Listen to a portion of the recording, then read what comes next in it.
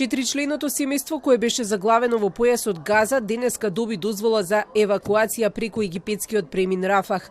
Пограничните власти на Газа го објавија вториот список на кој има 596 странски државјани и лица со двојно државјанство од 15 земји.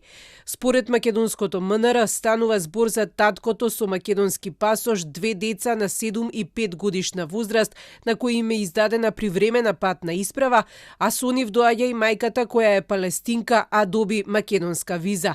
Но нејзиниот излез беше неизвесен затоа што таа требаше да добие дозвола од палестинските власти.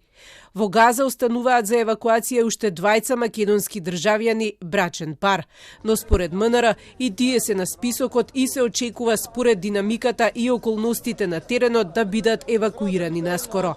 И покрај двојните државјанства, палестинците кои немаат странски пасоши чекаат дозвола од своите власти. Ако не добиваат дозвола, семејствата се принудени да се раздвојат.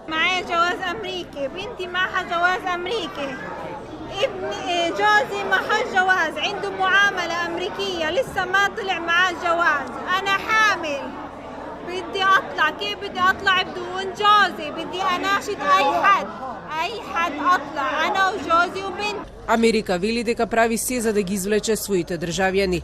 На денешниот список 2/3 од вкупниот број цивили кои се евакуираат се американци со семејствата. Но Египет е предпазлив и не дозволува влез на палестински бегалци, стравувајќи дека Израел нема да им дозволи да се вратат во Газа по војната.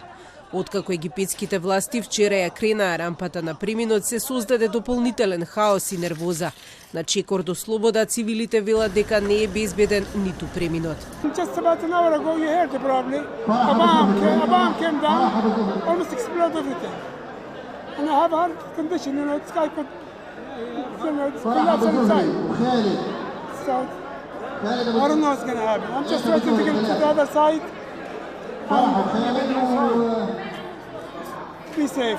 Во наредниот период, според најавите на Египет, границата треба да ја преминат околу 7.000 лица. Сепак во појасот Газа остануваат заглавени повеќе од 20.000 ранети, соопштуваат од Доктори без граници, од каде се загрижени за големиот број заробени цивили.